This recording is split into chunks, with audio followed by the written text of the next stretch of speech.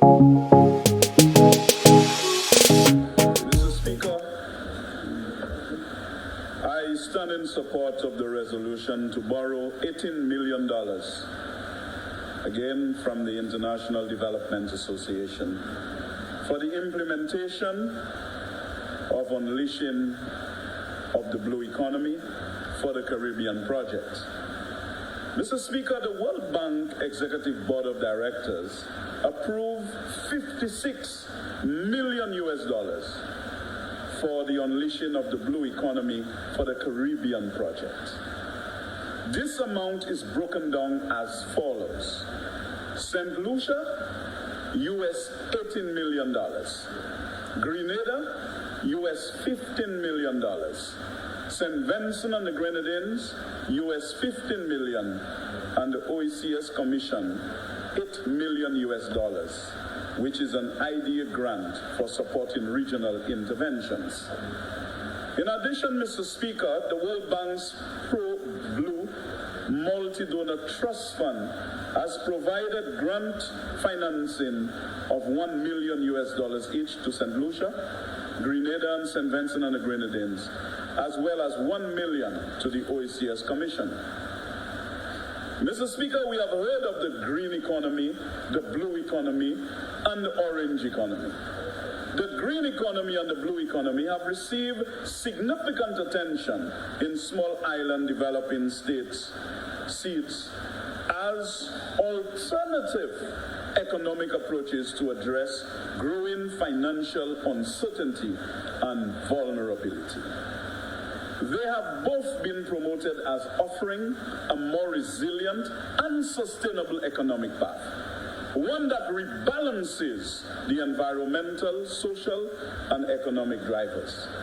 The orange economy, which is also known as the knowledge economy, is a series of activities in which ideas, knowledge, and talent are invested for the production of cultural goods and services. The highly concessionary loan, Mr. Speaker, is to help our economy transition to the blue economy, which offers significant potential for increasing economic growth, reducing unemployment and poverty. So the resources will be channeled in doing just that. The St. Lucian economy, Mr. Speaker, is confronted with major challenges to sustainable development, including small populations, limited resources, extreme vulnerability to natural disasters and external shocks, and strong dependence on international trade. Moreover, high transportation and communication costs, disproportionately costly public administration and infrastructure due to small size and limited opportunity to create economies of scale have constrained the growth and development prospect of St. Lucia. Mr. Speaker, St. Lucia has, however, significantly larger marine space than land space, and it is recognized that the move to a blue economy provides significant opportunities for addressing our development challenges. My good friend and colleague from St. Vincent and the Grenadines, Honorable Camilo Gonzalez, stated that we should not see ourselves as small island developing states, but as large ocean states. And a Trinidadian expanded it to say, we are lords, large ocean developing states. The move to a blue economy offers significantly greater potential for sustained economic growth and development and reducing the unemployment and poverty rates. Mr. Speaker, it is extremely useful for us to look at the blue economy as the way forward. And earlier when I spoke, I alluded to the old system pregnant with a new one, and that the young people, they see a future in the blue economy. So that old system pregnant with a new one, it would be interventions like these that would be the midwife in giving birth to that new environment. According to the World Bank, and I quote, the blue economy is a comprehensive, multi-sectoral approach aimed at providing sustainable use of living coastal and marine natural resources to support economic development, improve livelihoods dependent on such resources, and strengthen resilience to climate change, unquote. Mr. Speaker, more and more countries are looking towards the blue economy as a new economic frontier and a source of industrialization and growth. Our ocean is, however, under threat due to climate change and other human-initiated factors. Maintaining and restoring the ocean health is now synonymous, Mr. Speaker, with growing ocean wealth. Mr. Speaker, it is clear that we need to sustainably develop the ocean spaces for our economic advancement and growth.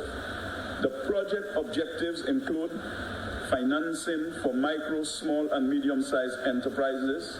That's what the financing is about. Increased access to fisheries sector risk insurance, strengthen coastal resilience, improve waste management practices, and greater regional collaboration.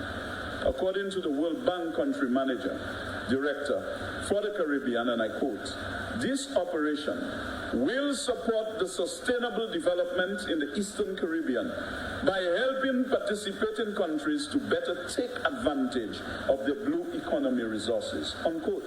She further stated, and I quote, "The project is designed to address key investment priorities in each country, helping them on the path of economic recovery," unquote. Mr. Speaker, the project will help the beneficiary countries in transitioning toward a more sustainable tourism model.